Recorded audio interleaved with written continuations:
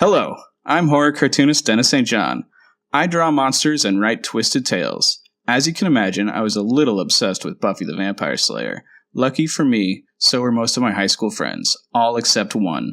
One friend who stubbornly refused to join the Scoobies. So here we all are, 20-some-odd years later. I'm teaming up with Doc Travis, John, Teach Landis, and maybe a special guest or two, and we're going to make our friend, Michael Poley, watch one episode of Buffy a week until he's no longer the Buffy Virgin.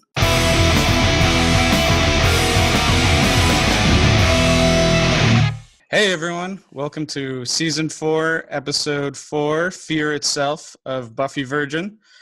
We are a spoiler-free Buffy cast, and we are going to start rolling. I'm your host, Dennis St. John. I'm here to introduce everybody else. Holy moly, it's Michael Poley.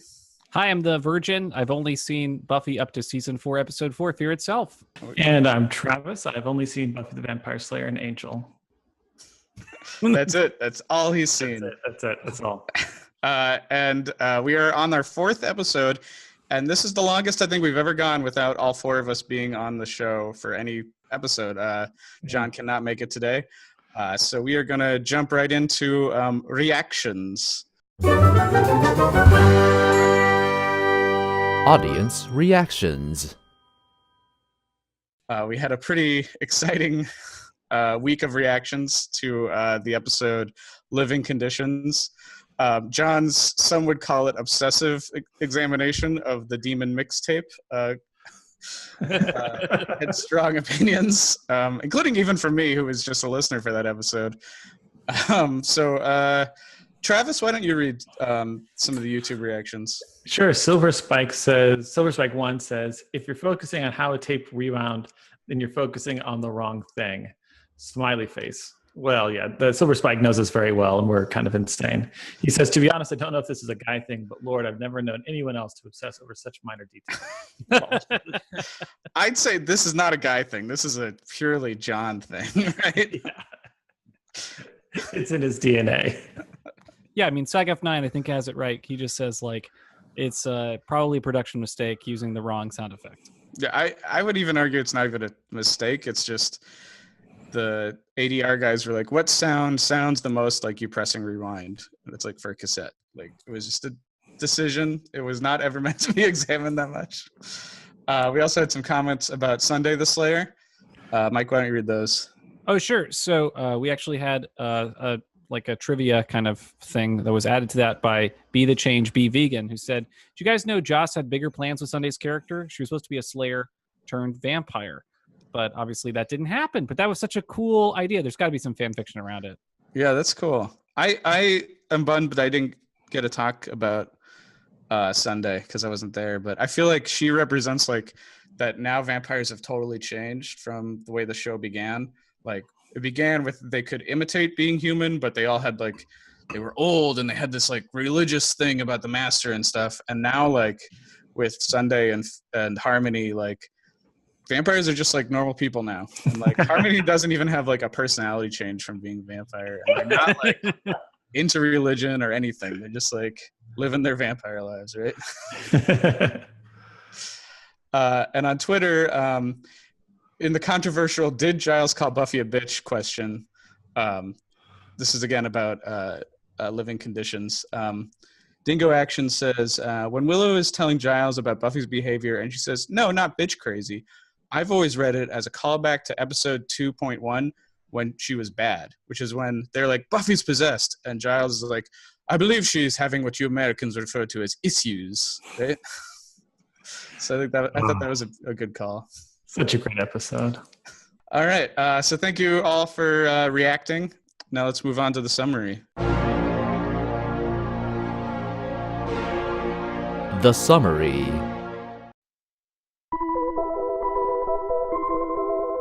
It's Halloween, everyone's favorite time of year. Time for all the real ghosts and goblins to take a chill pill. And time for the humans to take on the strain of terrifying one another for a change. Time for carving pumpkins. Time for watching Disney films. And most frightening of all, time for fraternity parties. Buffy, of course, isn't in the mood. She's still pining for UCSD student and fedora magically transmuted into a human form, Parker Abrams. Still, the gang has a ton of fun getting together all kinds of ridiculous costumes. Buffy is Little Red Riding Hood, Xander is a James Bond impersonator, Oz has a clever and minimalist joke costume, and Giles is a hilarious Mexican! Wait, seriously? What the fuck, Giles? Jesus. In preparation for the night's festivities, one of the fraternity brothers decides that an evil-looking demonic symbol is just the thing that he needs to help him seduce co-eds.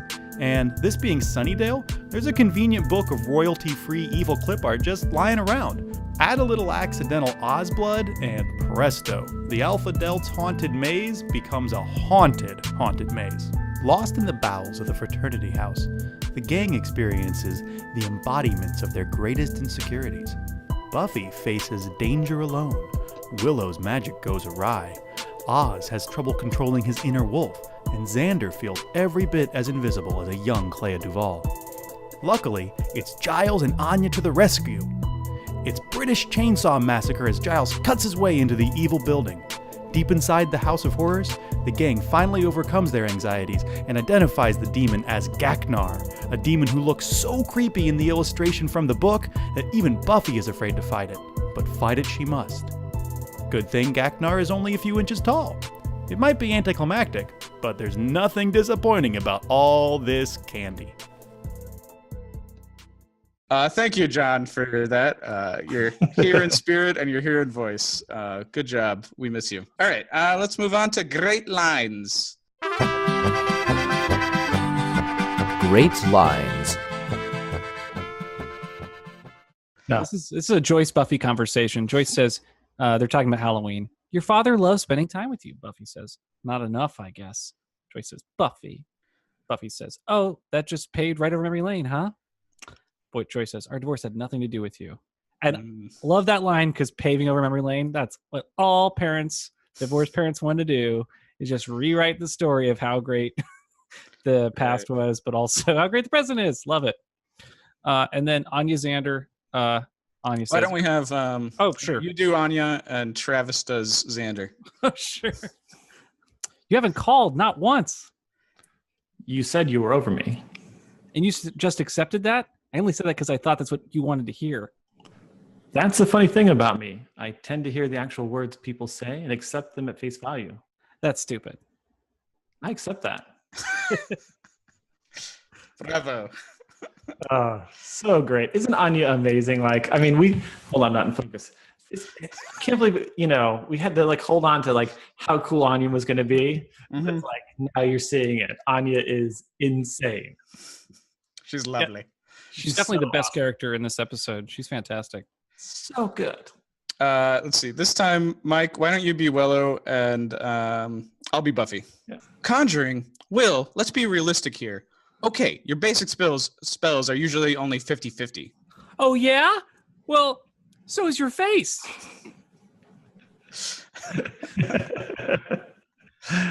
That is a good line. That's a good comeback. So's your face. Always works. All right, I got a couple here. This is Oz. Maybe it's because of all the horrific things we've seen, but hippos wearing tutus doesn't unnerve me the way it used to. This is from the same scene. It's Willow. She didn't even touch her pumpkin. It's a freak with no face. And this is Xander near the end. And I think this is a classic Buffy line. If we close our eyes and say it's all a dream, it'll stab us to death. These things are real. Trav? Yeah, my one's pretty weak, but it's Giles just saying, we have to make a door. And then he picks up this chainsaw. It's just a really great sight gag. But that was my favorite, 5 seconds of something, because he looks crazy. Yeah, Giles with the chainsaw. Yeah. That's amazing. All right, let's move on to my kill count. The kill count. So I counted, I think one human actually dies, one demon gets stomped, one kid in a Halloween mask gets punched in the face. We're on Anya's third hair color, third Uncle Rory mention, and I got something else, but it'll come up later. So that's What was the second Uncle Rory mention? Well, the first one is Uncle Rory is was a janitor at the place where they built the robot. Oh, okay. Second one is the Chevy Bel Air, and this is the third. Awesome. Third one, he's drinking schnapps at the house. He does like his schnapps. All right, let's move on to weird noticings and trivia. Weird noticings.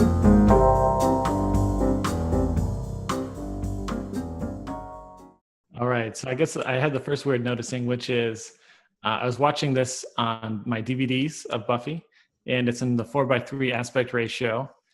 Then if you're watching on Hulu in the United States, it's 16:9.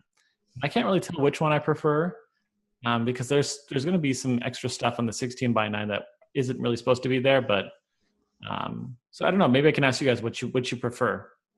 The Hulu. I've been watching it on Hulu this season just because my DVD player is in the other room.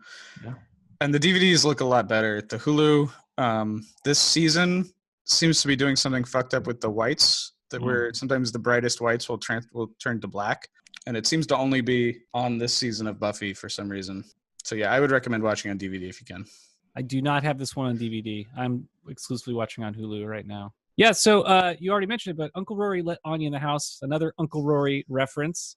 And Uncle Rory is clearly looking out for Xander. Like it. Yeah, Rory's got to be proud to have been like, all right, good job, Xander. I could see him being that type of uncle. Uncle Rory is over all the time because I feel like Uncle Rory was over last episode. Was he? Didn't they let him in, or her mom? No, his mom let Anya fabric in. softener. That wouldn't have been an Uncle Rory note. Yeah, that's true. That's true. I was just saying that Xander has a really nice basement room. We've seen it once before, back season 2 or 3, right? Where there was like a superhero poster on the wall, but he used to have in season 3 he had an actual room. Was that room upstairs? Yeah. The basement looks pretty nice. It does. It looks decent. I think it looks better without the disco ball. Yeah, that's weird. I don't get that, but whatever. Oh, yeah. So there's an in-costume reference to these characters have been running around with guns for the last several episodes that are seen for a second. And it was just like, NATO, when is this group of people finally going to happen? As a viewer, I'm so irritated that this is a slow build. Slow build. There's just like one-off references, like visual references to these guys in masks and guns. And this is the third time I think they've been cited. Maybe the third time. And when is this going to happen? I'm frustrated with this. They're like the most unstealthy group of military group, right? They're like the worst. I mean, these people. I mean, I feel like they should have a bugle and stuff. I mean, they're like the most. They have clanking they are the opposite of inconspicuous. Yeah, it's insane. They are conspicuous. So when Xander and Oz get to the frat house, they see the mark on the floor. They comment on it. They're like, "Oh, it's from an old book." Xander and Oz should know better. 100% they should know better. They should this whole episode could have been fixed if just one of them had the smarts of rubbing out the mark right there. Just smudge it so it can't Well, Xander was distracted by those grapes, and Oz had to fix that stereo. So. Yeah. Which apparently John isn't here to describe in detail what Oz did wrong with the stereo, but Trav, you're next. Oh yeah, it's tough to know what to do to cheer up Buffy. The Scooby Gang tries their best. They're carving these weird. It's funny how they're doing these kind of pumpkin carving, which is pretty sweet. They're trying their best to cheer up Buffy, but it's one of the situations where you can't cheer somebody else up. Yeah, I do really like that opening with them all in Xander's and trying to cheer her up and stuff. And it's so sweet because they're actually trying to spend time at Xander's place, even though he's a townie. And it's the whole friend thing. This is all these fears of friendship and their lives changing. I think you're going to talk about that in big themes. Anya definitely burned Xander real good with they're moving on and you're not. That was the rest so rough. And we'll definitely get more into the townie versus town versus gown thing, I think, next episode. Oh, and beer bad? Beer bad. But it's definitely a thing this season, to feel. Oh, yeah. I'm glad Joyce has friends. So in her conversation with Buffy, they're talking about how great Joyce's situation is now. She's finally finding friends of her own. And for their safety, of course, they're all remaining off camera, which I think is great. And then there's a great Ted callback where she talks about, oh, of course, then there was that, crazy robot thing. But like, anyway, that's a lovely conversation. And I appreciate that Joyce's friends are off camera. Yeah, I had the same thought of like, well, it's easier for her to make friends now that Buffy's moved out. So every time she brings a friend over, Buffy doesn't kill them. I know. I was so sad Pat did not get a mention. Like, I feel like a picture of Pat should be on the wall, and I feel like she should have gone over and like just stroked the picture of Pat and be like, I had like this real friend, and then she became a zombie, and you murdered her daughter. Remember when you stabbed her in the face with a shovel? Didn't they cut the eyes or something? I don't remember. And that was the time where I said, I always think it's funny when parents tell their kids that the divorce wasn't about you. Like, I wasn't thinking that the divorce was about me, Mom, but now I am. It's when someone says, oh, it's not you, it's me. It's like, is it? Because I feel like you could have told me the truth. I'm just kidding. My parents' divorce was not about me, just for the record. I'm glad that's on record. I believe my mom. I'm just saying it never sounds good, even if it is true when someone's like, oh, honey, the divorce wasn't about you. I mean, I think it's kind of because Buffy's reflecting on this theme going on in her life. And it's way more about Angel than it is about Parker. Like, Parker is just a symptom. And I think that's visually clear because in Buffy Scarwatch, her scar is clearly visible during this scene. Oh. So I think it's like whenever she reflects on Angel, the scar shows back up. I think once everybody gets into the costumes and stuff, Willow has a funny callback to being burned at the stake. So good. Like a lot of callbacks this episode. And for a while I was like, why is she like that? I'm like, oh, makes perfect Buffy sense. And Xander finally is operating in Buffy logic land, dressing up as someone cool, because there's always magic every Halloween, even though from the get-go, it's always said there's no magic that happens on Halloween. There's no bad guys that happen on Halloween. It doesn't matter. Their existence is the exact opposite of that. And finally, he's like learning to operate within that sphere of understanding. So it's pretty good. It was fun. Buffy's prepared also. She had that line of what's in the basket, girl? Weapons. Yeah, she's very practical. You're right. That was a pretty funny. That was actually a really great little touch. Yeah. I like the one frat guy who might have actually died. It's a little hard to tell, but he had the problematic rasta wig, and he was like an asshole from the beginning. Yeah. Like, I do not feel bad at all about his death. I'm okay with that. How totally insane was it for that guy to complain at Buffy that she hit him in the face because he jumped out and who knows what that guy was going to do in that monster mask to her. I mean, that's like the most insane thing that he would ever complain. Like, hey, what'd you do? I would just, almost basically, threatening you with this, assault.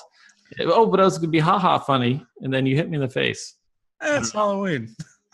But that doesn't mean you can especially in Sunnydale, it's a dumb idea. It's also a dumb idea just to jump suddenly in front of a person at night, late at night, and scream. I feel like that's not kosher any night of the week. I'd say having spent time on a college campus on Halloween, though, that's like super common, right? There's like always people dressed in costumes, like ready to jump out on you. Really? They love it. They love it. I don't think that was a college student. I think that was like It looked like a kid. Yeah. It's like a townie. He looked pretty old. I don't know how Buffy and the Scooby Gang can even appreciate the Halloween holiday. I mean, I think they do the right thing by preparing, Xander's in costume just in case he becomes Bond or whatever. Yeah. But, that's all they can do is just cope with the inevitable terrible thing that will happen or prep for that. But I think they're all in denial, and it's just ridiculous.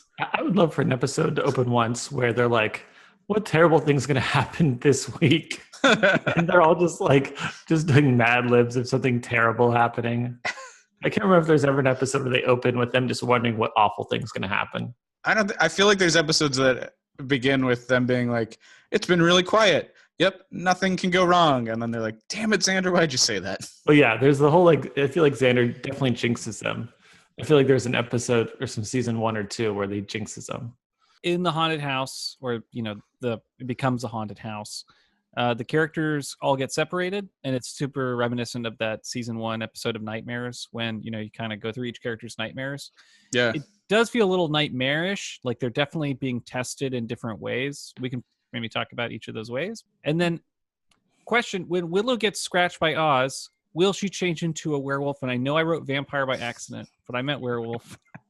I was going to not change that. I was going to not correct that just so you could say it out loud. Yeah. But he got so caught. like Oz changed when he got like scratched or bit by a little kid, right? Willow should change into a werewolf. Yeah, but he wasn't really a werewolf at the time, right? She didn't really get scratched. Okay. Because when we see like them when they get up to the attic, he's like he thinks he's changed, but he hasn't. Okay, so it's so. But I think even if he bit her or scratched her, even not as a werewolf, that would probably transform her, right? Based on like that. That's the $1 million question, because presumably his 9-year-old cousin did not look like a werewolf when he bit Oz. Yeah, that would have solved that question for Oz pretty quickly. He would not have to ask if the werewolf that bit him was a werewolf. Little Geordie. Yeah. Okay, so it doesn't actually happen. A lot of those things don't actually happen. Yeah. Maybe it's like supernatural magic, illusion. An illusion. It's an illusion, Michael. No, I'll buy that. Trick is something There's else. a lot of like fantastical things that don't really happen. They can't see each other. They're all having their own like weird kind of psychedelic episodes.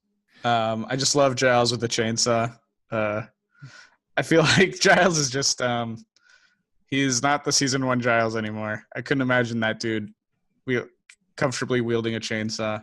I feel like we needed way more like scenes of him wielding that chainsaw. Just cutting. We got two. Oh, just cutting through door after door, and he actually uses the chainsaw to cut wood instead of like people. Oh, I was surprised that Willow, when they get the book at the end of the episode, they're like, "Man, this is Gaelic," and it's just like, how many languages can Willow read? It's just crazy. She's got it all good. down. She's a damn fine witch. I also like just that isn't a book from Giles's collection or anything. Yeah. Just like this is a book just a frat guy could find randomly. Like this shit is way too common in Sunnydale. You got to pull it back, man. It's just like dangerous has to be in charge of this. Everywhere. Yeah. And they're just doing it for decoration, right? Like it's just like this would be cool. So I think we already said it, but Anya's the best characters in the episode. I love her Xander fixation. It's hilarious and wonderful how that pays off. I love her going to Giles's place and being like, we need to go rescue Xander and everyone else or whatever.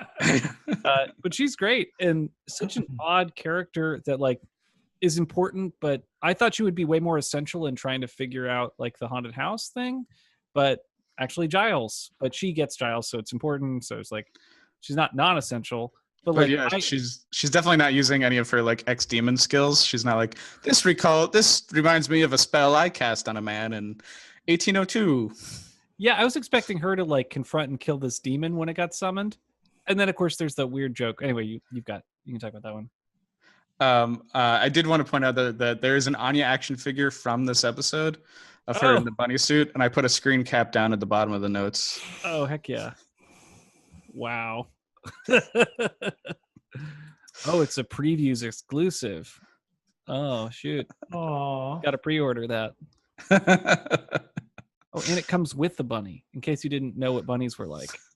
Okay, weird. I love the fear demon reveal. It's such a good gag. And the demon looks great. Like, if they didn't make this, like, demon, 6 inches tall or whatever, he would genuinely be creepy looking.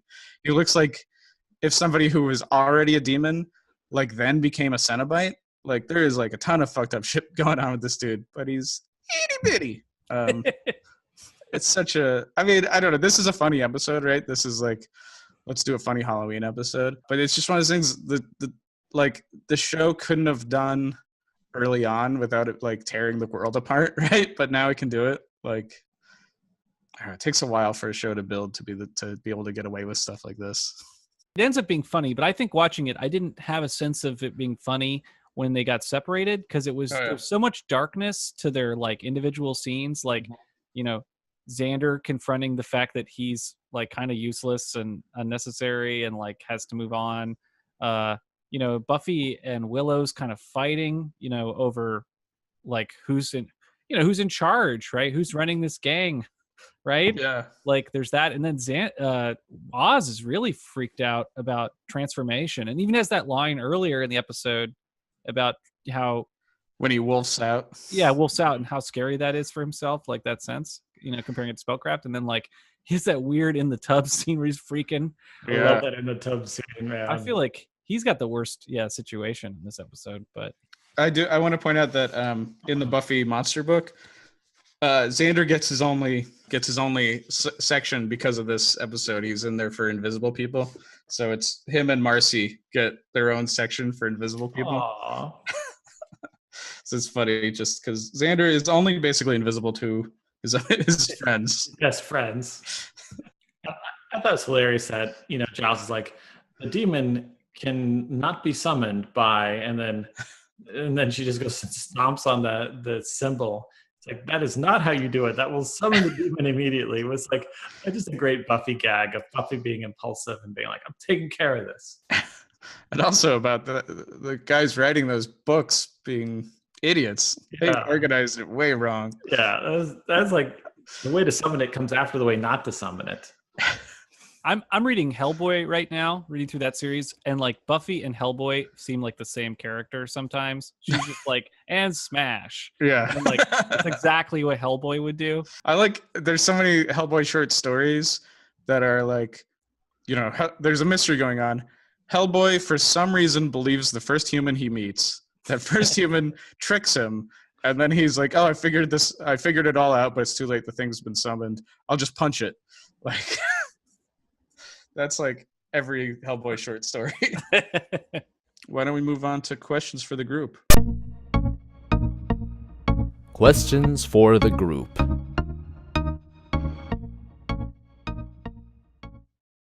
Great. So it's 2018. Are you still decorating pumpkins? Would you have a scene like the opener in your life? Let me tell you, you are talking to an award-winning pumpkin carver. What award did you win? The ice arena near where I work does pumpkin carving every year for their Halloween because Peanuts is big with Halloween. So a couple of years ago, I won an award for the most ghoulish pumpkin, and I got a $25 gift certificate to Five Guys. It's pretty sweet. Dang. And yeah, I carved a pumpkin last year for my aunt. Yeah, I still carve pumpkins. I'm pretty good at it. I make them ghoulish, They're not like those chump pumpkins that Xander was carving. I I use clay tools and like carve off the first layer of skin so that there can be more shading and dimension. Oh. Insider tips. Do you have like a pumpkin carving kit that's like rolled up, and then like you throw it on the table and you unroll it like it's like a? No, but I do have a chainsaw. So I bet you didn't expect that answer, Mike. I bet you were like, no. I was gonna say carving pumpkins is for suckers. That's what I was gonna say. No, I wasn't. I didn't think it was for suckers. Travis, are you still doing it? Travis doesn't even dress up. There's no way he carves. Well, he's got surgical tools. I figure. Oh man, yeah. Can you use your scalpel? Carve a mean old pumpkin. I haven't carved a pumpkin in 20 years. I feel like I do it every once in a while if somebody hosts like a party and then there's some kind of pumpkin carving thing that happens. It's like a crafty thing that can happen sometimes, but it's never something I'm doing. But it is like one of these like nostalgic for the past things that happens, like in the same way that, you might decorate a Christmas tree where it's like, oh, this is this nostalgic past thing. Are you feeling old? Let's do this thing. So like every once in a while, apparently people feel that age where they're old and they need to feel young again, and the pumpkins come out. But it was just cute to see them all doing that. And I'm like, I don't think I ever did that in high school or in college. It's like, they're in a unique space. That's probably relaxing if you're hunting demons. Yeah. That's, I think, something I want to get into with themes and stuff. But like, these are kids who grew up fighting monsters, so their relation to like horror media and Halloween is like so different than ours, right? So I want to kind of explore how this episode explores it. I like your next question, Mike. Oh yeah, so I have an answer for this, so I can start this off. But which haunted house scare works the best on you? Of course, we all know haunted houses, they have their scares. They have the jump scare that someone will just go, ah, you know. The one that works best on me that I've seen is when you were there for this one, Dennis, but when you're walking down a narrow corridor and the walls are curtains and they just start to move a little. I feel like I'm going to be grabbed at any time. It's terrifying. That works on me. Walking by curtains. I definitely realized the best for me. The smartest thing to do is like you put something in your line of sight that's like scary looking or gross or something, but it's going to draw your attention. And it's like for me, the one I remember was when we went on the one that was like the Harley Quinn one or whatever. There was the Harley Quinn character or non-licensed Harley Quinn character spinning that had like killed a doctor and was like spinning his heart inside his body. And I was like, oh, cool, weird. And I was like staring at that and staring at her. And then somebody came from the side.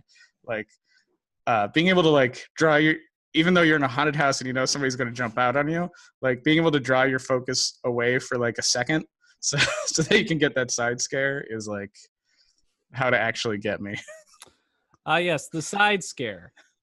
That's a classic. Like they got you real good with the piano one, Mike. That was the same like structure. Yeah, the piano one was great. There was someone inside a piano. They ever saw that coming? Like behind where the sheet music would be, I guess they like had someone back in there and they just rip open the door. I guess fucking jump scares get me, the classics. Yeah. I'm so easy on that stuff. But they had distracted you if there was like a zombie bartender and you had seen that character and were like, okay, zombie bartender, side scare, right? Like, okay, I didn't realize it's the same. You're right. It's the side scare. Yeah, there's the primary, draw your attention, side scare. Yeah, those work. There's a reason they're in every haunted house.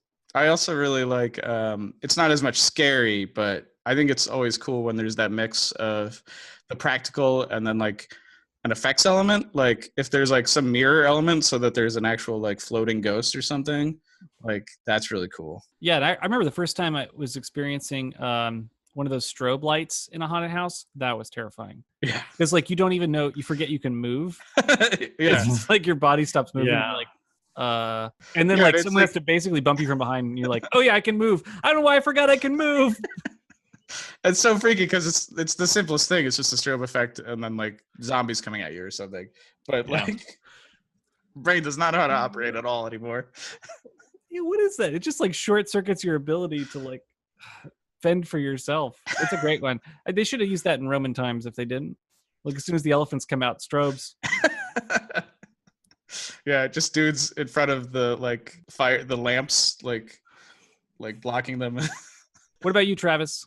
I'm typical, just a jump scare. I mean, any sort of male figure chasing me in a dark, hallway. Male figure chasing me somewhere dark. Absolutely terrifying. Doesn't have to be in costume. I'd also say like good look, a lot like my father. I don't know. Yeah, it's like, oh, this will never end well. This never has the happy story. He's not chasing me with the lotto ticket I won. There's never a great answer of, oh, this is what's happening. Yeah, I haven't been in a haunted house in many moons. And I'll say like haunted house scares are different than like horror movie scares. Like I don't want a jump scare in a horror movie because that's cheap, but like in a haunted house, that's what I want because haunted houses are cheap, right? Well, it's like an in-person. It's a person. Like a jump scare would be good, like in your field of view because it's more impressive than when you watch a TV. Yeah, it's like more interesting. So I ask, any favorite in-episode costumes? I assume Anya's gonna win. I don't know. Yeah, Anya in the bunny costume, though nothing beats the jump surprise of Giles in a sombrero. That was pretty great. That is good. I also think Willow and Oz are a great couples costume. Like, yeah. What I think the most impressive is a perfectly tailored Little Red Riding Hood outfit that Buffy has. Even though the cape had to be like retailored, the rest of the outfit had not been tailored. Like who has just a perfectly tailored Little Red Riding Hood outfit is just crazy. There's also some good just background ones like Willow's roommate in drag and then the lobster and the gift. I agree. Yeah. Do we have to do this right now? I love you. Was the roommate a specific drag character? I don't think so. It was like non-specific. Okay. Yeah, although I could be wrong. There's probably some 90s reference I'm forgetting, right? I had no idea. Yeah, I saw that. My mind was like not able to associate with anything. Just I was like trying to figure it out too, but I didn't pull out a drag reference. Yeah, it's not RuPaul or anything. Before we do themes and deep stuff, why don't we do recommendations? Recommendations. So, Mike, you point out that the in-episode recommendations are Phantasm and Fantasia. And they also mention Abbott and Costello. And this episode actually, I think, is specifically trying to reference Abbott and Costello Meet Frankenstein, because this episode has at least 2 Frankenstein monsters in background. And in Abbott and Costello Meet Frankenstein, they meet Frankenstein, the werewolf, Dracula, and the Invisible Man. And so they're all represented in this, with the exception of Dracula. And weirdly enough, there's not even a vampire in this episode, like no vampire at all. So I feel like they're really making a specific Abbott and Costello Meets Frankenstein, which is a pretty solid movie. I really enjoy, even though Boris Karloff called it like the death of horror. But Vincent Price is the voice of the Invisible Man at the end of this, and the day we're recording this is Vincent Price's birthday. So let's give a shout out to him. Happy birthday, Vincent Price. And he's also in House on Haunted Hill, which I'll recommend, because it also kind of plays with this, like it's a haunted house movie, and it plays with, is this real or is this like a setup that Vincent Price is doing to all of us? And it includes like a fake skeleton gag similar to this fake skeleton gag. And this episode in particular feels like a dry run for is it Drew Goddard or David Fury who did Cabin in the Woods, Trav? I don't know actually. But it feels like a dry run for Cabin in the Woods. Okay. So we haven't recommended that on the podcast yet, but it's I think it's Drew Goddard and Joss Whedon movie. So very much, obviously, if you're watching a Buffy podcast, you know about Cabin in the Woods. You're in the know. Yeah. So those are recommendations. Do we want to do any prediction stuff, or we want to save that all for? Why don't I do them really quickly? Because I'm just going to say the predictions because they're related to things we just talked about. I predict we will never meet Uncle Rory in Buffy.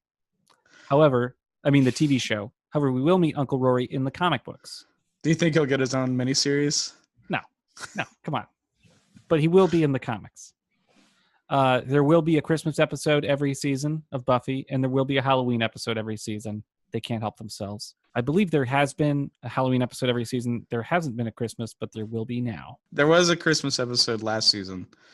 And there was a Halloween episode in season 2, but not in season 3. There wasn't one in season 3? No. What? Halloween right. Well, passed. moving forward, they got to do the seasonal episodes. All right, cool. The season, damn it.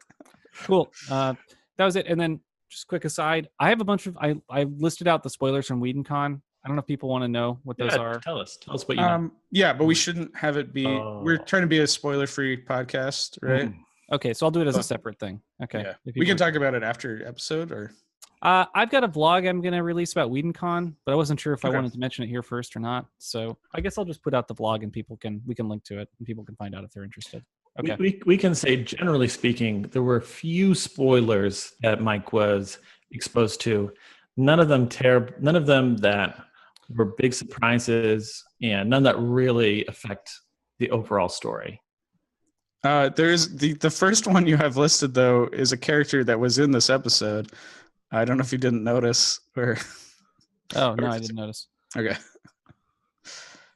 Yeah, I think it's good he's running under the radar then. And two of the spoilers that he found out are revealed in this season, so it's not that there were a bunch of season 7 spoilers or anything like that. So rest assured, folks, he's still pretty much a virgin. Let's say he's gotten to second or maybe third base, but we're jerks and we're not going to count it. All right. I like there's one thing that I don't think is a spoiler, but it's just a noticing. The all Willow merch sold out. Oh, yeah, this is a noticing about WhedonCon. That was interesting. So I was at WhedonCon last week, and there isn't a lot of merchandise for Buffy fans that 20 years on. There wasn't a lot of new stuff. I feel like it's an underserved community. Hint, hint, we should make cool shit. Very underserved. But all the Willow stuff sold really fast. I think people who watch Buffy are Willows. They identify as Willows, and so they're very interested in that. I think everyone, male and female, identifies as a Willow because all the Willow stuff sold out immediately. I saw plenty of Buffy stuff. Just sitting there, huh? But I didn't see any a lot of ancillary character stuff. Everybody thinks, I think people who don't watch the show think that Buffy's the main character, and so people want Buffy merchandise or Angel merchandise. And so there was definitely a lot of Buffy and Angel style stuff. But if you watch the show, that's so season 2. Come on, the golden seasons. Those are the prime seasons. And because Spike was at the show, James Masters, right? There was some Spike stuff.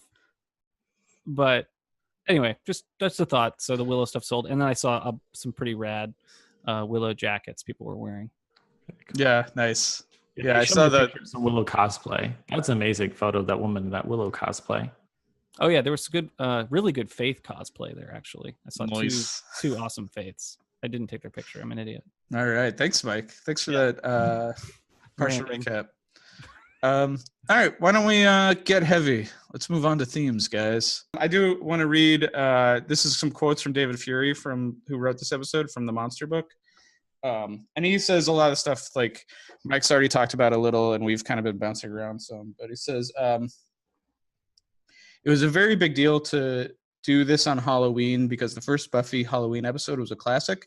It was hard to come up with an idea that didn't play off costumes, trying to get to the root of Halloween, which is fear. Given the previously established bit of lore that prescribes very little supernatural activity on Halloween night, these characters have seen every horrible thing imaginable, says David Fury. We dealt with their more hidden fears in the episode Nightmares in the first season. This could be seen as a companion piece to that. We toyed with the idea of some of those fears and nightmares rearing their heads, and the characters now reacting to them differently. We grow. The things that scared us 2 years ago are not the same things we fear now. That is why the fears are personalized. Oz fears hurting Willow. Willow fears her magic is getting the better of her. Xander fears getting left behind by his friends and ceasing to exist for them now that he is a townie and they go to college. It was sort of taking the Nightmares idea and looking at our characters 2 years later and seeing where they're at. Good call on you, Mike, for noticing it's similar to Nightmares and how they deal with it more now. Buffy's original fears were dying and become a vampire, and she's like, bitch, I've dealt with that. It's funny to think about in canon. I don't know when Fury's writing that, but to think of the previous Halloween episode as a classic, and that it's important not to repeat the themes in that. But that's super smart as far as how to approach it. We can't do the same things again, and let's do something different. I appreciate that thoughtfulness. Anyway, that's interesting. So what's Buffy's fear? It was the fear of that everybody she loves will abandon her. Okay, that's where they become invisible, but she can't see them. I mean, I feel like sure that could be true, but I feel like what Buffy says in every episode is, I can't spend my time making sure you're safe. I feel like the stated fear of Buffy is that her friends will die around her, not that their friends will leave her. But it's funny that the fear in the episode is a little bit different than what I think her official stated fear is with her friends. Fear. But this is what she's going through right now because she's still dealing with Angel leaving her, and then she tries to move on with Parker, and Parker turns out to be a dick and everything. So this is the stuff she's dealing with in episode more than I think you're right. That is something she's always kind of stating. I can't protect you. I would have liked her fear would have been seeing her friends die when she's chained up or something. Anyways. Gruesome, man. Sorry.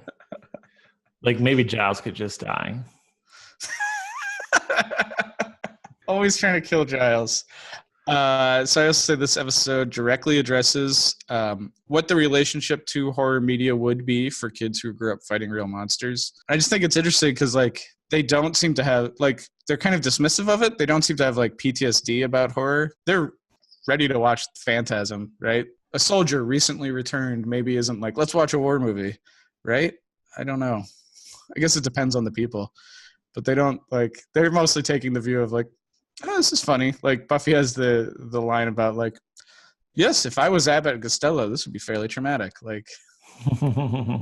It is interesting that they even exist in a universe where the horror media as we know it exists, right? And that That came up, I think, last season with those hellhounds that were being brainwashed or whatever, watching horror films. Yeah. I don't know if there's other horror films that have been directly referenced like that. Probably. I'm just not thinking of them right now. I get confused because of your recommendations about what's been in a Buffy thing and then what's a Dennis thing. Yeah, I mean, I think a lot of times they are doing specific episodes that not in canon, I mean, not on the show, are references to movies and stuff. But like, you'd think that would mean that those movies don't actually exist in their world. I forget. I thought they mentioned they watched Dracula. Remember when they were in that club, the Sunset Club? Yeah, they're watching like the Jack Palance Dracula in that. I don't think there's anyone said he's a good actor though.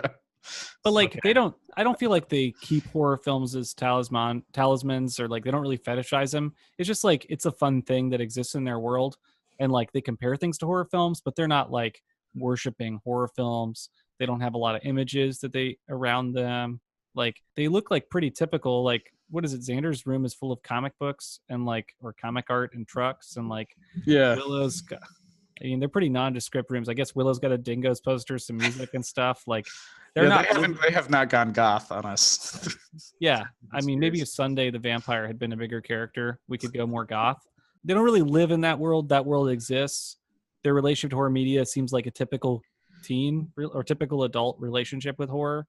But it is weird that they don't have PTSD. They do a little, right? But they're still okay to watch Phantasm, and they're not like, I don't. Yeah. They're not calling up like how fake those films are, or they're not watching them for tips like you thought you might. Like Buffy can learn a few things by watching some of these films probably. Yeah. For instance, in my experience, like I watched the movie Still Alice, right? And then I'm like, I'm never watching that again. Like that was a good movie, but I'm not going to like put myself through that. If you're living a world where you fight monsters, you maybe don't want to watch a monster movie unless it's Godzilla. Because that's so much bigger than anything you've faced. You can't possibly have any trauma about that. I was definitely surprised they wanted to go to a haunted house. That seemed nuts. It'd be crazy if like it was just normal haunted house, but they had like strong reactions and started like punching everything. Nope, gotta have some supernatural elements or else they're crazy. Yeah. Like, oh, dude, do not invite this crew to the party. They're going to wreck the place. That'd be a really fun short comic or something about, or a fan fiction, I guess, piece about them killing everybody in a haunted house. Or like they show up at the haunted house and the demons follow them there. And so like everyone gets killed at the haunted house, but it was just like, man, don't invite them. Don't invite them. Every party ends in death, you know? Yeah. It's a very like Cordelia line, right? Yeah, it's like, oh, great. All the vampires are here and they've, blocked the door. I don't know if this is too dumb an analysis or not, but I was thinking that a part of why Xander might like Anya is that he likes having someone he has to explain basic shit to, that he would get some pleasure from that, from like, I get to explain like really basic stuff and like it makes me feel smart. So it's similar to that trope of the born sexy yesterday. But then I was also like, I don't know if you guys, do you know that trope? I don't know that one. The examples of it would be like Lilu from Fifth Element, and like Daryl Hannah's character from like Splash, where it's like me just like being able to like basically function in this world seems amazing to this like beautiful woman who's never experienced it before, but like she's not a child, she's definitely an adult, so we can have sex.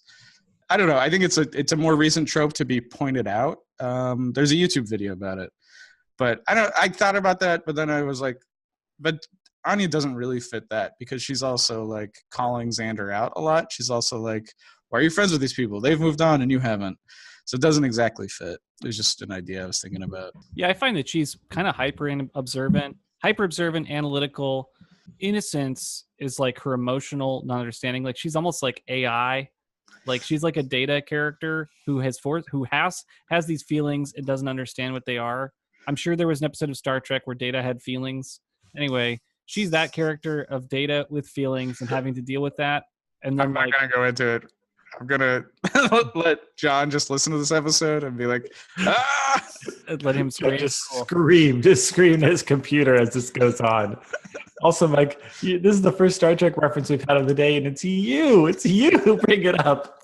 Hey, well, he's learning, folks, so well. Still need to watch Fistful of Datas, though. Still need to watch some of the episodes of Star Trek, apparently. There's going to be a bunch of recommendations for Star Trek episodes now in the comments. Yeah, so she's kind of like that. Why does Xander like that? I think he's basically being stalked by this woman, and I think he likes the attention and the assertiveness, but also she's not going to murder him. Like, I feel like the Faith version of Anya, and like they're kind of similar. Like Faith's like, I want it now, and she gets it, and Anya's like, I want him now too.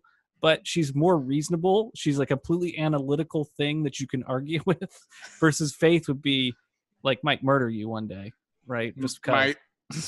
Well, yeah, definitely would murder you. I don't know. Like, if my first relationship was with someone like Faith, I'm sure Anya would seem super reasonable. Compared to people like Angel, I don't know.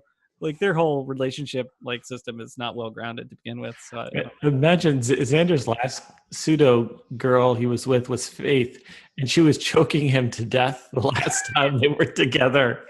Like, that's his last memory of a woman who wasn't Anya, who touched him. Yeah, it's like, oh, all right. I mean, this is fine. This is safe. I mean, who would you put with Xander at this stage? You know, like, relationship wise. I mean, you got to invent a new character, basically. Yeah, because like, who has been through? You know, he maybe could have a relationship with Jonathan, or like Harmony, maybe. But that would be. She's better with Spike. Not anymore. No, not now. Yeah. Who knows? I mean, Anya's a demon. Maybe, you know, he could get over the fact that Harmony's a vampire. But he'll never get over the fact Harmony is Harmony. I don't know. I mean, he dated Cordelia. I don't know what the step is between Cordelia and Harmony, right? Oh, shoot. I almost Cordelia is so much better. Cordelia is so much better. Come on, son. Yeah. They were cut from the same cloth at the beginning. They've evolved differently. So thank everybody. I want to thank everybody for listening and commenting. Please subscribe and rate. We appreciate it. And your comments are funny, and we'll make it onto the air probably. I've been your host, Dennis St. John. You can buy my comics at DennisComics.com, DennisComics. That's also my Twitter. Mike, where can people find you? Sure. Yeah. At Michael Poley on Twitter. I'm going to have a vlog up on my YouTube channel about WhedonCon. So if you're at all curious about WhedonCon 2018, what that experience was like, I'll just have a few observations about that. That'll be on YouTube. Michael Poley. Thanks, everybody. We'll see you in hell.